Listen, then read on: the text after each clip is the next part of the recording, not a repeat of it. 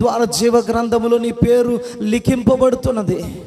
బాప్తిస్మము ద్వారా పరలోక సభ్యునిగా నువ్వు చేర్చబడుతున్నావు. ఈ విషయాలని సైతాను పెద్ద కుమారుడు నీకు చెప్పడు. వాడు నీకు చెప్పే విషయాలు ఏంటంటే, అమ్మో బాప్తిస్మం ఇప్పించేస్తావా నీ కూతురికి, బాప్తిస్మం ఇప్పించేస్తావా నీ కొడుక్కి, బాప్తిస్మం ఇప్పిస్తే అట్లా ఉండాలమ్మా, బాప్తిస్మం ఇప్పిస్తే ఎట్లా ఉండాలమ్మా, దేవుని బిడ్డవమ్మా నువ్వు దేవుని బిడ్డవు, మళ్ళీ గినిసిగడ్డలాగా మారిపోతావమ్మా, ఏం చేయాలి అప్పుడు?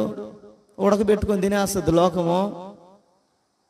Praise the lord, praise the lord. కాబట్టి బాప్తిస్మం పొందడానికి చాలామంది నిర్లక్ష్యం చేస్తారు. పొందిన కొంతమంది ఏంటంటే, అసలు నేను బాప్తిస్మం ఎందుకు పొందాను రా స్వామి, నాకెందుకు ఇచ్చారు బాప్తిస్మం అని అంటారు కొంతమంది. పొందటం అది మహాభాగ్యం, దేవుని సంకల్పం అని వాక్యం